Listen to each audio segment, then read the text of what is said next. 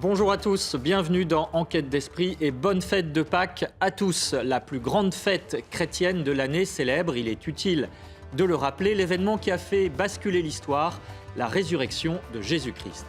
Mais cet événement fondateur a connu un développement scientifique inattendu au XXe siècle, avec les débats et réflexions autour du linceul de Turin, ce linge qui aurait enveloppé le Christ lors de sa mise au tombeau.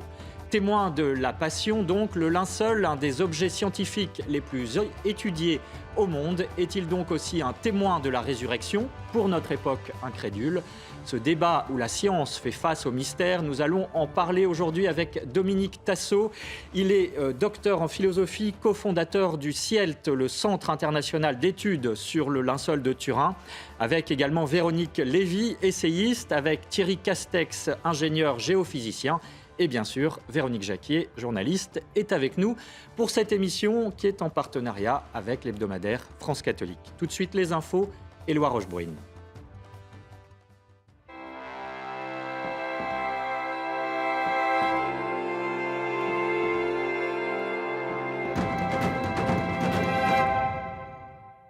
Bonjour Éloi, et on commence par la fête de Pâques, bien sûr, avec les chiffres des nouveaux baptisés de l'année. Bonjour Émeric, bonjour à tous. Effectivement, les catholiques célèbrent aujourd'hui leur plus grande fête, la fête de Pâques, celle de la résurrection du Christ. Et cette année, on compte plus d'un quart de baptisés adultes en plus par rapport à l'an dernier, soit 4278. C'est le résultat d'une enquête publiée cette semaine par les évêques de France. Ces catéchumènes, comme on les appelle, ont été instruits dans la foi chrétienne pour préparer leur entrée dans l'Église. Alors, qui sont ces nouveaux baptisés? Décryptage de Constantin de Vergennes, journaliste à France Catholique. Pour une grande majorité, ces nouveaux baptisés ont été élevés dans la tradition catholique, mais comme chaque année, il faut noter parmi ces nouveaux baptisés des personnes élevées dans la tradition musulmane. Un autre fait marquant, c'est la jeunesse de ces nouveaux baptisés, puisque les 3/4 ont moins de 40 ans et un tiers ont même entre 18 et 25 ans. Les diocèses s'accordent tous pour dire que ces nouveaux baptisés sont mus par une véritable soif spirituelle. On peut relever d'ailleurs qu'un quart des nouveaux baptisés n'ont pas de connaissance précise de la foi catholique, mais sont mus par une pratique spirituelle qui peut être aussi bien celle que d'aller se recueillir dans les églises, que d'allumer des cierges, ou bien évidemment que de lire la Bible. Les 2 ans de catéchuménat servent justement à la formation pour que ces nouveaux baptisés découvrent et apprennent la foi chrétienne. Mais tout l'enjeu pour l'Église sera de continuer la formation de ces nouveaux baptisés après leur baptême lors de la nuit de Pâques. Et alors, pourquoi avoir demandé le baptême? Lucille, 19 ans, étudiante baptisée hier lors de la vigile pascale dans une paroisse parisienne, a accepté de témoigner de sa foi. Entrer dans la grande famille des chrétiens a été cette année pour elle une nouvelle naissance. Moi, le parcours spirituel, ça a toujours été un petit peu compliqué parce que j'ai pas des parents pratiquants. Et donc, j'ai un peu construit mon rapport à la foi toute seule. Et aussi à travers ma grand-mère qui m'expliquait, par exemple, les symboles, la Vierge Marie, etc., etc. Avec un événement un petit peu traumatisant dans ma vie. J'ai senti vraiment une espèce de présence, comme une chaleur un peu qui fait que je compare toujours ça à un peu une enveloppe voilà, qui nous soulage un peu de nos douleurs. Le baptême, là où il change une vie, c'est, on dit dans la religion que c'est en fait la renaissance un peu, après, enfin, d'être lavé du péché originel. Et quand on a vécu avec ça pendant plusieurs années, on est vraiment dans l'attente d'avoir une nouvelle naissance religieuse en fait. À l'occasion des rencontres méditerranéennes organisées par le diocèse de Marseille du 18 au 24 septembre, le pape participera à un temps de prière à Notre-Dame de la Garde, la protectrice des Marseillais. Le souverain pontife donnera une grande messe ouverte au public, selon le diocèse de Marseille. Elle pourrait se tenir au stade Vélodrome, enceinte mythique de l'Olympique de Marseille. Et pour finir, la 3e édition du pèlerinage des pierres vivantes, organisée par des jeunes du diocèse de Paris pour la refondation spirituelle de Notre-Dame. 4 ans après l'incendie, le 15 avril 2019, des centaines de fidèles ont prié devant la cathédrale pour préparer leur cœur à la réouverture de la vieille dame. Reportage sur place, Olivier Gangloff et Mathilde Couvillère-Flornoy. Pour entrer dans la Semaine Sainte, des centaines de fidèles ont fait un pèlerinage dans les rues de Paris jusqu'à Notre-Dame. La Vierge Marie ouvre la marche, suivie par Saint Joseph et les pèlerins qui alternent entre chants et temps de recueillement pour le renouveau spirituel de la cathédrale, ravagée par un incendie il y a 4 ans. C'est une soirée qui nous a marqué vraiment, qui fait qu'on a foncé à Notre-Dame. Ça a montré finalement à quel point les jeunes pouvaient s'unir. Autour d'un événement aussi dramatique malheureusement, mais pouvaient s'unir dans la prière. Cette procession de Notre-Dame, elle nous réunit dans la mère des églises sur le plan institutionnel et aussi sur le plan spirituel sous le manteau de Marie. C'est Marie la mère de tous les hommes. Il n'y a pas que des pierres comme Notre-Dame qui a fait un monument, mais que nous-mêmes, en fait, petits fidèles croyants de l'église, on est comme des pierres de l'église universelle et on ne veut pas être des pierres mortes. On vient ici pour se ressourcer, mais pour être vivant ailleurs. Sur le parvis, l'archevêque de Paris, Monseigneur Ulrich, et Monseigneur Ribado Dumas, recteur de Notre-Dame, ont accueilli les pèlerins.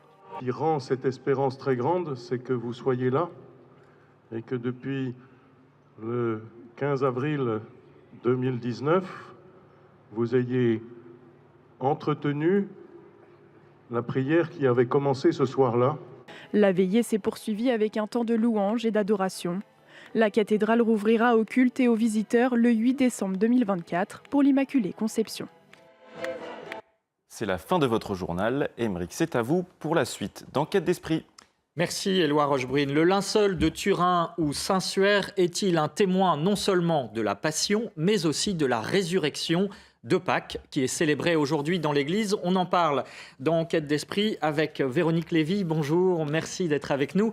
Vous êtes essayiste d'origine juive, vous vous passionnez très jeune pour la figure du Christ, justement. Vous avez été baptisé dans la nuit de Pâques 2012 en présence de votre frère Bernard-Henri Lévy et vous racontez votre cheminement spirituel dans le livre « Montre-moi ton visage » publié au Cerf. Vous êtes également l'auteur de nombreux ouvrages de spiritualité, notamment « Jésus-Christ ou les robots » publié au Cerf, qui est une réflexion sur les rapports entre Dieu et la science actuelle. Vous nous en parlerez. Avec vous également Dominique Tassot, bonjour. Bonjour. Vous êtes ingénieur, docteur en philosophie, cofondateur du CIELT, le Centre international d'études sur le linceul de Turin, qui a été créé en 1989 en réaction à la datation du linceul au carbone 14, on en parlera bien sûr. Le CIELT, c'est une association de scientifiques de tous ordres, physiciens, chimistes, mathématiciens, médecins, mais aussi des archéologues, des historiens, des linguistes, des biblistes. Bref, tout pour expliquer ces rapports à propos du linceul entre la science et la foi qui vous passionnent. Avec nous également Thierry Castex, bonjour. Bonjour. Vous êtes géophysicien, vous avez travaillé sur l'imagerie sismique notamment et vous avez à votre actif 20 ans de recherche sur le linceul de Turin. Vous êtes l'auteur notamment de Études et révélations sur le linceul aux éditions Rassemblement à son image. Et puis avec nous Véronique Jacquier. Bonjour Véronique. Bonjour à tous. Vous nous parlerez de cette fameuse datation au carbone 14. Est-ce que est-ce qu'elle a été bâclée, On regardera dans sa méthode. Alors, dans l'évangile de Pâques, l'événement de la résurrection commence par un détail très précis et très surprenant. Les deux disciples, Jean et Pierre, arrivent au tombeau vide et Saint Jean voit que le linceul est resté là. Saint Pierre, lui, voit un autre linge qui avait entouré la tête du Christ, roulé à part à sa place. Et ensuite, Saint Jean, dans son évangile, dit « il vit et il crut ». Alors Thierry Castex, première question pour vous. Est-ce que finalement, la première chose vue à la résurrection, ce sont de simples linges, comme si finalement il fallait une preuve matérielle de la résurrection? Alors oui, la preuve, le mot preuve est un peu compliqué parce que les gens voient plutôt un signe sur le linceul de Turin. Pour les croyants, la preuve, c'est plutôt le témoignage des apôtres qui ont vu Jésus ressuscité et qui lui ont même parlé. On parle de 500 témoins d'ailleurs qui auraient vu Jésus après sa mort. Alors ce qui est étonnant, c'est que sur le linceul, on voit des traces de duplication. Par exemple, j'ai travaillé sur la tache de sang qui est sur le poignet gauche, là où le clou a été enfoncé non pas dans la paume mais dans le poignet. Et on voit cette tache de sang qui se réplique un peu plus bas, comme si elle avait glissé. Et je me suis rendu compte qu'il y avait d'autres personnes qui avaient fait les mêmes études. Le professeur Niccolò Cinquemani, qui est neurochirurgien à Rome, il a écrit un livre et fait des études en disant que le corps a certainement bougé dans le linceul. Et il voit une vingtaine de traces. Alors, entre autres, il pense que les mains ont glissé de 6 à 8 cm vers le bas, la tête a peut-être tourné. Au moment de la résurrection. Au moment de la résurrection. Et il pense même que le corps commençait à se mettre en position verticale. Donc, moi, ça me fait dire, si on voit des preuves ou des signes sur le linceul de Turin comme quoi le corps a bougé, c'est qu'il est revenu à la vie. C'est qu'il s'est passé quelque chose à ce moment-là. S'il est revenu à la vie, c'est qu'il a ressuscité. Et s'il est ressuscité, le linceul, c'est quand même, si ce n'est pas une preuve, c'est une trace, un signe très fort. Voilà. Dominique Tassot, est-ce qu'on peut envisager que ces linges dont on parle dans l'Évangile aient traversé l'histoire, 2000 ans pour parvenir jusqu'à nous? Et est-ce que finalement ça résume bien l'énigme que constitue le linceul de Turin? C'est une énigme pour la science. Et alors, ce qui est très amusant d'une certaine façon, c'est qu'en 1898, au moment où elle fait cette photo... Donc la première photographie du linceul par Seconde Doppia. Révélation, et je vous fais remarquer que le mot révélation est aussi le mot qui était utilisé pour les plaques photographiques de l'époque, avec la photographie en noir et blanc. La science, à l'époque, pour beaucoup, était vue comme un obstacle à la foi. Et ce qui est fantastique avec le linceul de Turin, c'est qu'en réalité, la science devient un pont vers la foi. Parce que quels étaient les arguments principaux des rationalistes, disons, appelons-les comme ça à l'époque? C'était de critiquer l'historicité des évangiles et puis de considérer que les miracles n'existaient pas et que Dieu n'intervenait pas, même s'il existait vaguement, il n'intervenait pas dans le fonctionnement du monde. Et alors, le linceul de Turin confirme d'une manière extraordinaire l'historicité des évangiles, parce qu'on ne peut pas imaginer un décalque aussi précis de tout ce qui est décrit comme à propos de la Passion dans les évangiles et ce qu'on trouve aujourd'hui sur le linceul de Turin. Donc on a cette première réfutation finalement du scientisme de l'époque, et puis la deuxième sur l'aspect, je dirais, surnaturel. Bon, c'est le fait que même aujourd'hui, avec une science qui est bien plus développée qu'en 1898, eh bien, ce linceul reste une énigme pour la science. Alors justement, Véronique Lévy, quel est l'enjeu selon vous, qui avez réfléchi à cette question finalement dans votre livre Jésus-Christ ou les robots, des rapports entre la science et la foi? Est-ce que c'est un signe pour notre époque, ce linceul de Turin?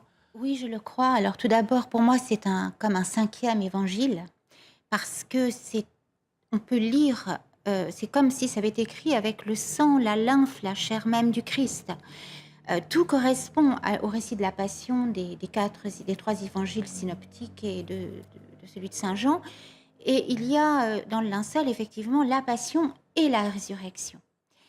En fait, je trouve ça très beau que la science donne la main à la contemplation et à la mystique, c'est-à-dire qu'en fait, on a toujours voulu opposer les deux, alors que je crois que la science, la véritable science, c'est s'émerveiller du mystère, c'est contempler l'infini et c'est surtout connaît surtout l'humilité. Et aujourd'hui, il y a eu un dévoiement du mot de science parce que certaines officines scientifiques ont été manipulées ou récupérées ou se sont soumises à des enjeux financiers ou etc. ou autres. Alors qu'en fait, le rôle de la science, c'est de savoir se faire toute petite, véritablement pauvre, pour pouvoir accueillir l'infiniment grand. Et donc, il n'y a aucune opposition entre Dieu et la science. Alors justement, on va demander leur avis aux scientifiques qui sont avec nous sur ce plateau. Thierry Castex, vous avez beaucoup étudié donc l'imagerie. En quoi cette image du linceul de Turin est unique au monde ? C'est unique au monde. Déjà, on vient de le dire, elle a les propriétés d'un négatif photo. C'est Seconde Doppia, un avocat italien en 1898, donc, qui s'est rendu compte en développant ses plaques photos, en faisant le négatif du linceul de Turin, il obtient une image positive. Ça, c'est une propriété surprenante. La deuxième, c'est qu'il y a de l'information couleur aussi. On se rend compte qu'en faisant des spectres de l'image, il y a l'information sur les spectres RVB, rouge, vert, bleu, qu'on peut utiliser et faire ressortir de la couleur. Par exemple, la chevelure, on voit très bien la chevelure en 3D qui ressort de couleur blond-roux. Le Christ devait certainement être blond-roux, quelque chose comme ça. Et la troisième propriété qui est extraordinaire, c'est la tridimensionnalité, c'est-à-dire que le linceul de Turin est une image 3D. C'est-à-dire que chaque pixel de l'image a une information qui relie la distance entre le corps et le tissu. C'est-à-dire quand le tissu touche le nez, l'amplitude est maximum, l'orbite de l'œil, c'est un peu reculé, l'amplitude est minimale. Et ça, ce sont les Américains Jumper et Jackson, en 1976, qui ont utilisé une caméra qui s'appelle la caméra VP8 de la NASA, qui servait à faire de la planétologie à partir de photos de planètes comme Vénus et Mars. Et ils avaient cette caméra codée en niveau de gris, avec des distances, et quand ils scannaient les photos de Vénus ou Mars, ça ressortait en 3 dimensions sur l'écran. Et ils ont eu l'idée, en 1976, de scanner le linceul de Turin avec cette caméra VP8 et l'image est sortie en relief. Ce qui est unique au monde, parce qu'il n'y a pas d'équivalent. On n'a pas d'image équivalente. Donc ça, c'est vraiment un mystère. Et rien que cette propriété, pour moi, par voie de conséquence, ça montre que la relique est authentique, parce qu'on est incapable de dessiner un linceul, une On image... voit les images en 3D là, qui défilent sur l'écran. Une image en négatif déjà, en couleur inversée, parce qu'on voit les couleurs vraies en inversant, et en 3 dimensions, là, c'est carrément impossible. Donc c'est complètement exclu que ce soit une peinture du Moyen-Âge en plus. Dominique Tassot. Et on avait justement, à l'époque de 1898, j'y reviens encore, cette idée que la science était la seule méthode pour acquérir des connaissances. Et c'était une façon aussi de marginaliser les connaissances que nous avons par la révélation. Or, dans le cas du linceul de Turin, d'une certaine façon, on voit. On n'a pas besoin de raisonnement, et ça, c'est frappant, je dirais. Déjà, dans l'Évangile de Saint Jean, on dit « il vit et il crut ». Il vit et il crut. Et Segundo Pia, quand il a développé sa plaque, d'ailleurs, il dit qu'il a été tellement ému de ce qu'il voyait apparaître qu'il a failli la laisser tomber, ce qui aurait été évidemment dramatique. Mais c'est pour dire que le linceul demande à ce qu'on le regarde. Alors évidemment, maintenant, grâce à des gens comme Thierry Castex, on le regarde avec des outils extraordinaires. Extraordinaires. Mais rien ne remplace l'observation. Ce regard. Et Paul Claudel a une très bonne formule. Il dit, au fond, plus qu'une image, c'est une présence. Et ça, on a ce sentiment de présence. Seulement, on ne l'a que depuis qu'on a fait des photographies en noir et blanc. Parce que quand on regarde le linceul, le linceul en vrai, enfin, au moment des ostensions, quand on est tout près, on ne voit rien. Il faut être à 5-6 mètres pour voir quelque chose. Et évidemment, on n'a pas cette présence donnée par le relief, hein, comme la 3D, qui est sur le négatif. Donc là encore, on voit comment la science a contribué à renforcer la foi. Véronique Jacquier, juste avant la pub. Oui, alors justement, Thierry Castex, cette image en 3D, comment la science peut expliquer cette tridimensionnalité? Qu'est-ce qui s'est passé dans la nuit? Ou ne pas l'expliquer. Voilà. Alors, elle a encore du mal, on n'arrive pas à l'expliquer totalement. Il y avait 2 thèses qui s'opposaient un peu. Les premiers, ils pensaient que c'était une réaction chimique des vapeurs ammoniacales du corps avec les aromates qu'ils avaient mis dans le tissu, la myrrhe et l'aloès. Ça aurait fait une réaction chimique. Donc ça, c'était la thèse de Paul Vignon en 1902, qu'il avait appelé la vaporographie, les vapeurs du corps auraient réagi sur le tissu.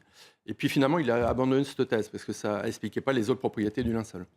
Et l'autre thèse, c'est le rayonnement. De plus en plus de scientifiques sont convaincus que l'image est faite par rayonnement depuis le corps. C'est le corps qui a émis des rayons. Comme un flash ?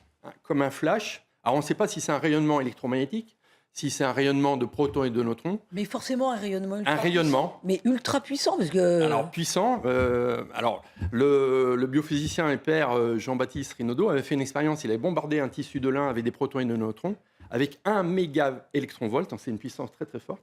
Et il s'est rendu compte que finalement, les protons roussissaient l'image, comme la même teinte qu'on voit sur le linceul, et les neutrons la rajeunissaient. Et en plus, avec la quantité de protons et neutrons qui correspond à un corps, si on bombarde le tissu de linceul, ça rajeunit de 1200 ans. Curieux parce que la datation carbone 14 donne 1260-1390. Et la chose la plus étonnante aussi, quand on regarde de près, si on imagine que cette image est faite par rayonnement, on pense que le rayonnement s'est fait quand le corps était en position verticale, en apesanteur, et qui s'était projeté sur un tissu tendu. Comme si, mais on ne sait pas exactement comment, mais comme si. Et le rayonnement, il faut qu'il ait des propriétés particulières, il faut qu'il soit orthogonal, c'est-à-dire qu'il parte perpendiculairement au corps, qu'il soit unidirectionnel, parce que si les rayons partent dans tous les sens, l'image est complètement floue, et qu'il soit isotrope, ça veut dire à peu près homogène partout. Et alors ça, ces conditions, ça montre que c'est quand même compliqué. Donc on n'a pas l'explication encore finale, mais on pense que c'est certainement par rayonnement. Alors, on va se retrouver après quelques instants de publicité pour évoquer notamment la question de la datation au carbone 14 qui a fait couler beaucoup d'encre et qui reste peut-être encore aujourd'hui un obstacle à l'authenticité. Mais est-ce que cette thèse tient encore la route? On en parle, vous restez avec nous. De retour dans Enquête d'Esprit, nous parlons du linceul de Turin. Est-il un témoin de la résurrection de Pâques que nous fêtons aujourd'hui dans l'Église ? Et peut-on encore croire qu'il date du Moyen-Âge, ce fameux linceul ? La thèse tient-elle encore la route ? La thèse du carbone 14, bien sûr, on va en parler dans un instant. Nous sommes en compagnie de Dominique Tassot. Il est cofondateur du CIELT, le Centre international d'études sur le linceul de Turin. Également de Véronique Lévy, essayiste, de Thierry Castex, géophysicien spécialiste de l'image, et de Véronique Jacquier, bien sûr, journaliste. Alors, cet objet scientifique qu'est le linceul a toujours suscité beaucoup de contestations, depuis en tout cas cette fameuse photographie de la fin du 19e siècle. Et en 1988, plus proche de nous, un coup de massue provoqué par l'analyse au radiocarbone qui le date du 13e ou 14e siècle. Véronique, racontez-nous ce coup de tonnerre qu'a été cette datation et surtout qui pose un certain nombre de questions sur sa méthode. Oui, on ne va pas s'arrêter en tant que tel sur l'utilisation de la datation au carbone 14. Il y a des spécialistes sur le plateau, donc vous pourrez en dire un mot. Moi, je vais m'arrêter sur la façon sur la méthode qui a été utilisée pour rendre compte de cette datation au carbone 14 et donc pour dire que le linceul datait du Moyen-Âge. Pourquoi y a-t-il eu polémique ? Bon, alors il faut savoir qu'en 1986, on adopte un accord et un protocole très très sérieux puisque ça faisait longtemps qu'on voulait expertiser le suaire au carbone 14. Une spécialiste des tissus... Alors le protocole disait que, voilà ce qui était prévu, je vous dis ce qui était prévu. Une spécialiste des tissus anciens devait prélever 7 échantillons de 40 mg qui devaient être remis à 7 laboratoires, des échantillons du sensuaire qui devaient donc être mélangés à des échantillons de tissus anonymes. L'essai devait se dérouler à l'aveugle, les laboratoires ne devaient pas pouvoir identifier évidemment les échantillons qui venaient du linceul, et les laboratoires devaient travailler sans communiquer entre eux. Tout ça nous paraît logique. Leurs résultats, soupli cachetés, devaient être ouverts par 3 organismes contrôleurs, l'archevêché de Turin, l'Académie pontificale des sciences et le British Museum. Et là, qu'est-ce qui se passe ? 1 an plus tard, en 1987, le cardinal Casaroli, qui est le secrétaire d'État du Vatican, modifie le protocole. Coup de théâtre, on élimine 4 laboratoires sur 7. La spécialiste des tissus anciens, et le contrôle revient au seul British Museum. L'Académie pontificale des sciences est écartée. Quant au déroulement de l'essai, le 21 avril 1988, alors rien ne se passe comme prévu. Aucun procès-verbal ne rend compte de l'opération de prélèvement des échantillons du linceul. Maintenant, ça nous paraît complètement surréaliste. Les représentants des laboratoires retenus, les 3 laboratoires retenus, Zurich, Tucson et Oxford, assistent à l'essai. Donc, il n'y a plus de tests à l'aveugle. Et contre tous les usages, on communique au laboratoire les âges des échantillons de contrôle. Et puis on ajoute un échantillon qui n'était pas prévu, un fragment de tissu qui ressemble au linceul et qui date du XIIIe ou XIVe siècle. Alors la suite des opérations n'est pas plus sérieuse à l'époque, puisque les laboratoires ont communiqué leurs résultats quand bon leur semblait dans l'année, alors qu'on attendait d'eux une simultanéité dans l'annonce des résultats. Ils auraient tous dû annoncer les résultats le même jour pour être sûr évidemment qu'il n'y avait pas de tricherie. Et puis le 14 octobre 1988, le British Museum et le laboratoire d'Oxford tiennent une conférence de presse pour dire que le suaire date entre 1260 et 1390. Et là non plus, ils ne communiquent absolument pas sur leur méthode, sur le matériel utilisé, sur les résultats bruts de chaque étape. Rien n'est écrit noir sur blanc pour dire la façon dont ils s'y sont pris. Alors à l'époque, finalement, le plus surprenant, ça a été la mainmise du British Museum sur les résultats. L'archevêché de Turin, en affichant une pseudo-neutralité, peut-on dire, a sans doute laissé la place à une forme de manipulation. Dominique Tassot, comment expliquer cette procédure bâclée et est-ce que vous allez jusqu'à parler de manipulation ? Disons que si le British Museum avait vraiment eu l'intention de faire une étude objective, neutre, il n'avait pas besoin de changer le protocole. Il n'avait qu'à respecter un protocole qui avait été convenu par tout le monde. Donc je dirais, le simple fait qu'on n'ait pas respecté le protocole, ce qui est, je dirais, injustifiable. Je veux dire, aucune opération scientifique ne peut se présenter devant qui que ce soit en n'ayant pas respecté le protocole. Ce qui fait la science, c'est la méthode. C'est le respect de la méthode. Si on ne respecte pas la méthode, on est en dehors de la science. Donc, je dirais, c'est toujours désagréable de voir médire de quelqu'un, mais il faut dire que l'équipe du British Museum n'a pas été honnête dans cette opération. Et ce qui est très intéressant, c'est que un des 3 laboratoires concernés, le laboratoire de radiocarbone d'Oxford, par son directeur actuel, Ramsay, a reconnu devant la BBC d'abord et dans d'autres circonstances que la datation avait été mal faite et donc elle ne valait rien. Parce que il ne faut pas dire quand une datation est mal faite, eh bien on va élargir la plage. Au lieu de 1260, 1390, on va dire c'est 1150, 1420. Non, ça veut dire qu'il faut recommencer. Donc l'aveu par Ramsay que la datation ne vaut rien est intéressant. Et quand même, ce qui est dommage pour l'image de la science, c'est qu'il a fallu attendre 30 ans et qu'un Français, Tristan Casabianca, fasse une procédure FOI, Freedom of Information Act, qui est propre au système anglo-saxon, pour obtenir ce que beaucoup de gens avaient demandé dès 1988, la publication des résultats bruts. Et à ce moment-là, on voyait qu'effectivement, les laboratoires, malgré qu'ils aient pu communiquer leurs résultats entre eux. Mais alors, est-ce qu'aujourd'hui, ça veut dire que dans la communauté scientifique, il est admis que cette thèse du carbone 14 et de la datation du Moyen-Âge ne tient plus? Thierry Castex? Oui, comme vient de l'expliquer Dominique Tassot, ça serait à refaire, mais bon, les gens se posent la question, est-ce que ça vaut le coup de recommencer? Est-ce qu'on ne risque pas de retomber sur les mêmes âges si on ne comprend pas vraiment comment l'image s'est faite? Alors, moi j'ai un avis tranché sur le carbone 14, je ne dis pas que c'est inutile, mais pour moi c'est secondaire, parce que quand j'étudie l'image et ce que j'ai expliqué avant, cette propriété de tridimensionnalité, à elle seule, implique que c'est une relique authentique. Voilà. Parce qu'on ne peut pas, la science ne peut pas l'expliquer. La science ne peut pas l'expliquer et on ne peut pas expliquer que ça a été fait il y a 2000 ans. Comment on aurait pu peindre en négatif, en couleur inversée, en 3 dimensions? C'est impossible. Et pourtant, même si au Moyen-Âge, on avait dit que le linceul est daté du Moyen-Âge, on n'aurait pas pu le faire non plus au Moyen-Âge.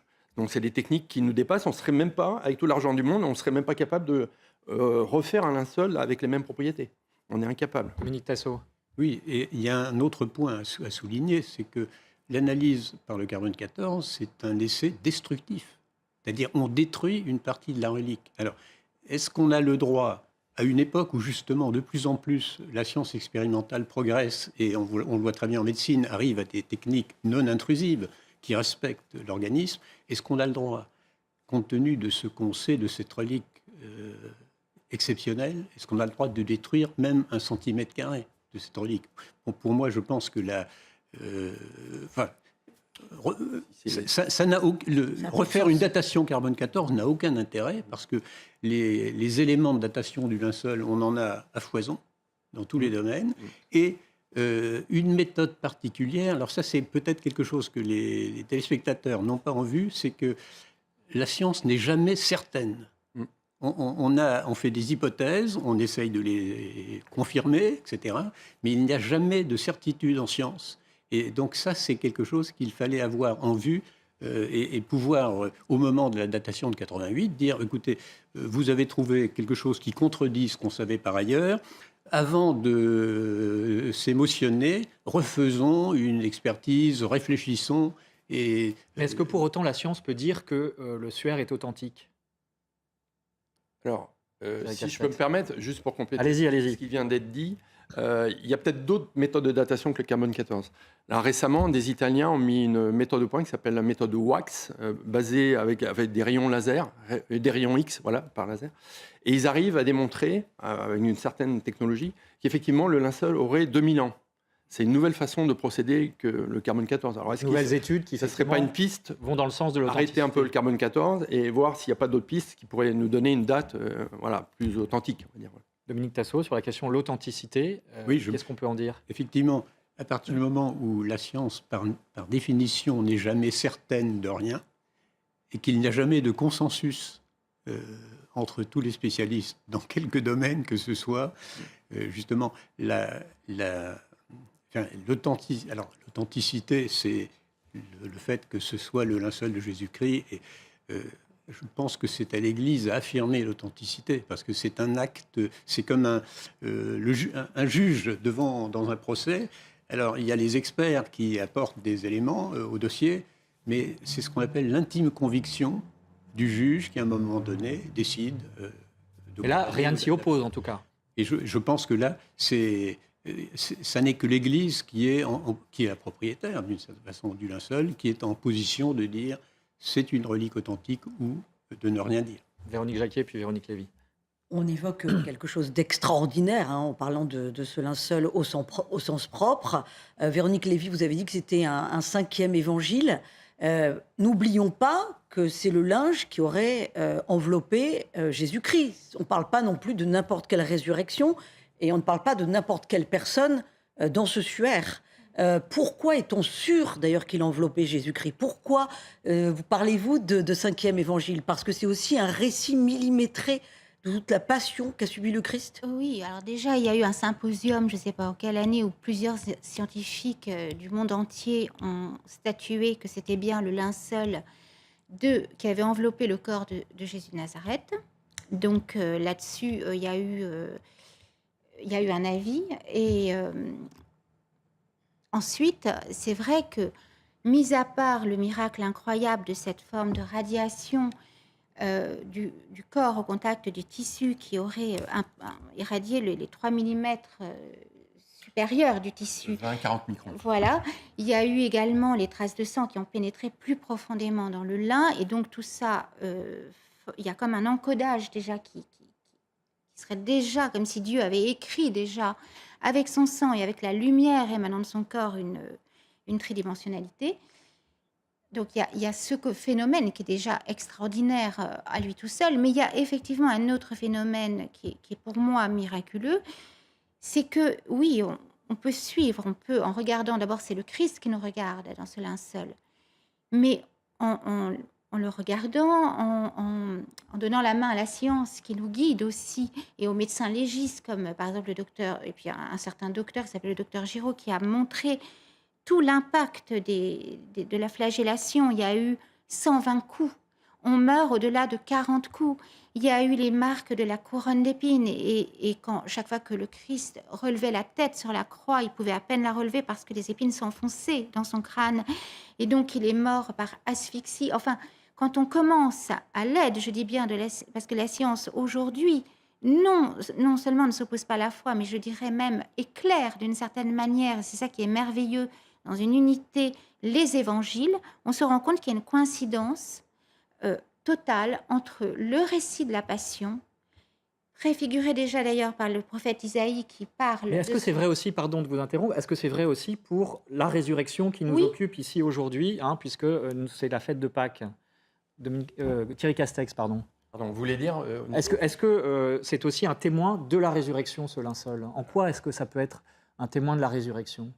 Disons, ce que je disais au début, on se pose la question si c'est un témoin, une preuve, un signe, une trace. Bien sûr, alors quand le lendemain, Pierre et Jean sont venus au tombeau, ils ont vu que le linceul s'était affaissé, mais il n'était pas parti. D'ailleurs, on pourrait se poser la question, si on n'avait pas trouvé le linceul, est-ce qu'on aurait parlé de résurrection? Parce qu'on aurait dit, les disciples de Jésus sont venus prendre le corps, on n'a pas vu de tissu par terre. On pourrait se poser la question. Après, ce qu'on disait, c'est le témoignage des apôtres aussi qui a valeur pour les croyants, les chrétiens, comme preuve de la résurrection. Mais sur le linceul, comme je disais, à part des traces comme quoi il a bougé dans le linceul, c'est les seules explications qu'on a de la résurrection. Et ça veut dire qu'en fait, il y a deux hypothèses. Soit une hypothèse naturelle, le corps se serait évanoui, ou soit une hypothèse surnaturelle. Mais on ne peut pas sortir de cette dichotomie, Dominique Tassot. Oui, alors c'est vraiment le témoin de la résurrection, et l'expression est de saint Cyril de Jérusalem, donc 4e siècle après Jésus-Christ, qui était évêque de Jérusalem. Et on en a, pour moi, une preuve absolue, qui se voit, qui est l'image du Christ. Parce que vous avez un homme qui a souffert comme personne n'a jamais souffert, et cette image, c'est une image qui où on voit la sérénité, où on voit... Donc on sent que celui qui a ce visage est déjà de l'autre côté. Et c'est en ce sens qu'il y a un message particulier et qui convient particulièrement à Pâques, c'est que justement, le message du Christ, c'est que par la passion, par la souffrance, eh bien, on arrive au salut. Et il le démontre par lui-même, et on le voit dans le linceul, entre autres, je crois, par ce visage qui exprime beaucoup mieux que des démonstrations scientifiques que la souffrance acceptée conduit à autre chose. Alors on va parler de ce visage, je voudrais juste qu'on regarde cette citation de Yves Delage, qui est un zoologiste et agnostique, qui affirmait dans une lettre en 1902, après l'étude du linceul, « Si ce n'est pas le Christ, c'est donc quelques criminels de droit commun. Comment concilier cela avec l'expression admirable de noblesse que vous lisez sur cette figure ?» Ça rejoint effectivement exactement ce que vous disiez. Véronique Jacquier. Oui, justement, je trouve que c'est très interpellant, cette paix qui émane de ce visage. Comment vous le contemplez, vous, Véronique Lévy? Qu'est-ce qu'il vous dit, ce visage de ressuscité, justement? Quel message il a à dire pour notre monde aujourd'hui? Il nous dit « J'ai vaincu la mort et ma passion, ça n'est pas un dolorisme, ça n'est pas moi. Je ne me suis pas dérobée à ceux qui arrachaient ma barbe, mais par amour. » Et je crois que ce que nous dit ce visage, c'est que il est déjà dans la paix béatifique, il est déjà dans la vision béatifique de l'éternité. Donc déjà, malgré toute cette souffrance qui n'est pas humaine, en fait, le Christ porte dans son corps toute la violence humaine qu'il a voulu étreindre de son amour pour que dorénavant, plus jamais de sacrifice, justement. Le sacrifice du Christ, comme le disait René Girard, c'est la fin de tous les sacrifices. C'est dire, c'est vraiment la phrase dans l'Ancien Testament, je ne veux ni holocauste ni victime. Ce que je veux, c'est un cœur vivant, un cœur aimant. Et comme le dit Saint Jean, Dieu est amour. Et pas un amour sentimental, un amour dont on n'a même pas idée. Et je crois que le visage du Christ qui nous regarde, au-delà de la crête, au-delà de l'espace et du temps, c'est un visage de ressuscité. Mais il a voulu nous laisser cette preuve. Et il en parle dans les évangiles. Il dit dans Saint Matthieu et dans je ne vous laisserai pas d'autre preuve que la preuve de Jonas. Alors évidemment, on peut penser que ça parle de la passion, de la mise au tombeau et de la résurrection, donc comme Jonas a séjourné dans le ventre de la baleine. Mais on peut penser que ce signe de Jonas, c'est ce linceul pour une époque qui est quand même matérialiste, utilitariste, très cartésienne aussi, et on peut comprendre. C'est comme si le Christ avait voulu qu'on puisse presque toucher, presque voir, pas simplement, ça n'est pas une idée. Il a voulu c'est comme une incarnation encore. Il a laissé l'image de son corps. Et puis moi, je pense que ce qui devrait nous suffire à croire que c'est vraiment le ressuscité, c'est que cette image qui s'est formée mystérieusement, comme le disait Thierry Castex, alors qu'il n'y a aucune source de lumière dans le tombeau, et que la source de lumière provient du corps. Et puis cette précision, cet encodage au sein même de l'image qu'on n'a plus qu'à suivre désolé, vous avez fait du boulot, mais déjà Dieu avait déjà écrit avec d'une certaine manière. Véronique Lévy, je voudrais juste avant qu'on se rende à Tours, parce que cette sainte face du Christ, elle a fasciné déjà avant la photographie du linceul, fin 19e, avec cette sainte face de Tours. Regardez le récit d'Éloi Rochebrune. Au XIXe siècle, Léon Papin Dupont, ardent défenseur du culte catholique, veut diffuser la dévotion à la sainte face de Jésus. La tradition chrétienne veut que sainte Véronique ait essuyé avec un linge le visage du Christ pendant sa passion, recueillant ainsi la sainte face. En 1851, les carmélites de Tours offrent à Léon Papin Dupont 2 copies du visage de Jésus. L'une d'elles est installée dans son salon avec une lampe à huile. 3 jours plus tard, l'huile de la lampe produit la guérison d'une malade. Le domicile de Léon Papin Dupont devient alors un lieu de pèlerinage. Des centaines de personnes accourent chaque semaine pour prier et demander des grâces. Après sa mort, l'archevêque de Tours, Monseigneur Collet, décide de reconnaître canoniquement le lieu comme un oratoire. Aujourd'hui, le sanctuaire a été confié à l'ordre dominicain où il est encore possible de vénérer la Sainte Face et de demander de l'huile de la lampe. Les religieux en expédient dans le monde entier par voie postale. Léon Papin-Dupont a lui été reconnu vénérable par Saint Jean-Paul II en 1983. Voilà, alors pour ces quelques minutes qui nous restent, justement, cette sainte face du ressuscité qu'on peut regarder donc à travers l'image du linceul, en quoi constitue-t-elle pour aujourd'hui un message d'espérance? Question à tous nos invités. Thierry Castex, est-ce que justement notre époque incrédule, on peut le dire, c'est un signe justement d'espérance, ce linceul? Je pense que c'est un signe d'espérance, spécialement pour notre époque, parce que justement avec les techniques modernes de traitement d'image, on devine, on découvre la propriété de tridimensionnalité de l'image. Et en même temps, je dirais, bon, c'est un message d'espoir, parce que lui, il a ressuscité, d'accord, on dit, si on croit en linceul, il y a eu résurrection. Mais c'est un message pour nous, parce que nous aussi, peut-être, on ressuscitera après notre mort. Et puis, pour terminer, je dirais aussi que les études sur le linceul de Turin sont pas... Il y a encore des choses à découvrir. Il y a plusieurs thèmes, on cherche des écritures, par exemple. Bon, ça prouverait encore qu'il y aurait des traces, ou par exemple le titulus qui était sur la croix, on se demande s'il n'y a pas des traces des lettres. Mais c'est difficile à voir parce que l'image n'est pas bonne. Donc je pense qu'il y a encore un terrain il y a encore de des choses à recherche, découvrir, voilà, pour le futur. Et voilà. Mais même si déjà on pense qu'il est authentique, ça n'empêche pas de continuer à faire des recherches. Dominique Tassot. Et un point très, très intéressant, c'est que alors que le linceul de Turin montre toutes les traces de la passion, etc., il n'y a pas de traces de putréfaction. Et ça, c'est tout à fait anormal parce que le linceul est resté pendant entre 36 et 40 heures. Enfin, quand on analyse la décomposition des caillots pour qu'ils aient pu imprimer le linge, il faut un certain temps, mais pas trop longtemps non plus parce qu'il ne faut pas que le sang se diffuse dans le tissu. Eh bien, il y aurait dû y avoir des traces de putréfaction et il n'y en a pas. Et là, c'est un message que justement, en acceptant de souffrir avec le Christ, eh bien, on va vers autre chose.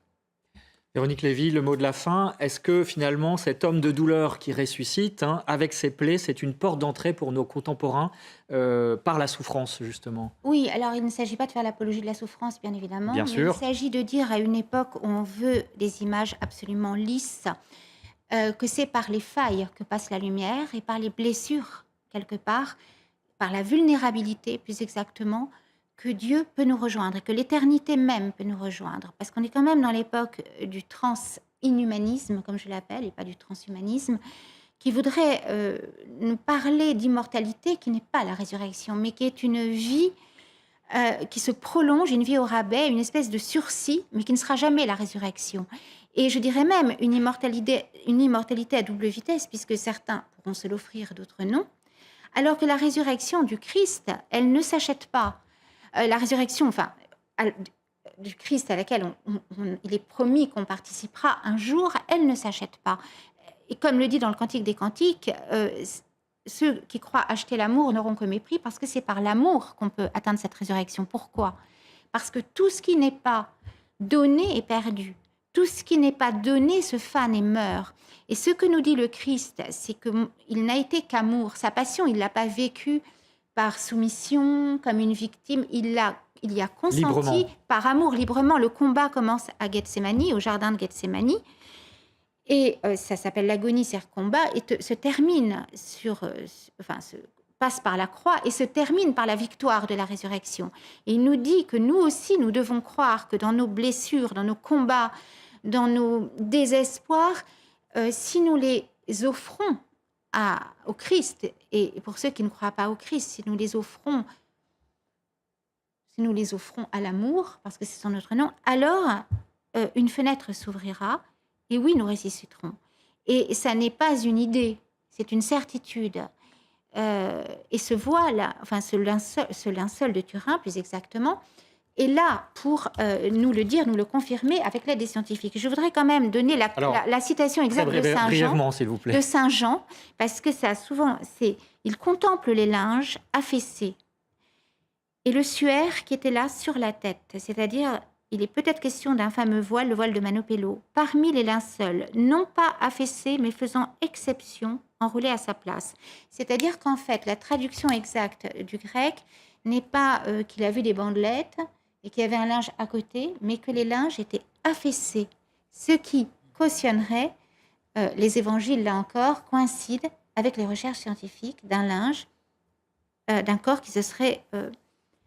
Ce sera le mot de la fin. Voilà, qui se serait dématérialisé, enfin voilà, qui serait sorti. Et on ne peut pas imaginer comment est ce corps, parce qu'il n'est plus soumis à l'espace et au temps. Merci Véronique Lévy. Malheureusement, Voilà. cette émission touche à sa fin. Voilà. Merci en tout cas de cette conclusion. Merci à tous d'avoir éclairé ce débat entre la science et la foi à propos du linceul de Turin. Je renvoie à vos ouvrages respectifs. Thierry Castex, Études et révélations sur le linceul, aux éditions Rassemblement à son image. Véronique Lévy, je cite également votre dernier ouvrage, Cœur de chair, publié chez Artege. Et puis le CIELT, le Centre international d'études sur le linceul de Turin, Dominique Tassot, que vous avez cofondé, qu'on peut retrouver sur Internet, bien sûr. Véronique Jacqui, un dernier mot pour nous parler de l'hebdomadaire France Catholique, qui fait sa une cette semaine sur Marie-Madeleine, premier témoin de la résurrection en ce jour de Pâques. Et c'est l'apôtre des apôtres, Marie-Madeleine, puisque non seulement elle voit le Christ ressuscité, mais il a charge d'aller annoncer cette bonne nouvelle. Voilà, merci encore. Merci à vous d'avoir suivi cette émission. Merci à Aurélie Lucano à la réalisation de cette émission. Bonne fête de Pâques encore à tous. La semaine prochaine, nous parlerons du millénaire du Mont-Saint-Michel, à l'occasion donc du millénaire de la restauration de son abbaye et de la place, bien sûr, de ce lieu si important pour la foi et pour l'histoire de France. Bon dimanche à tous.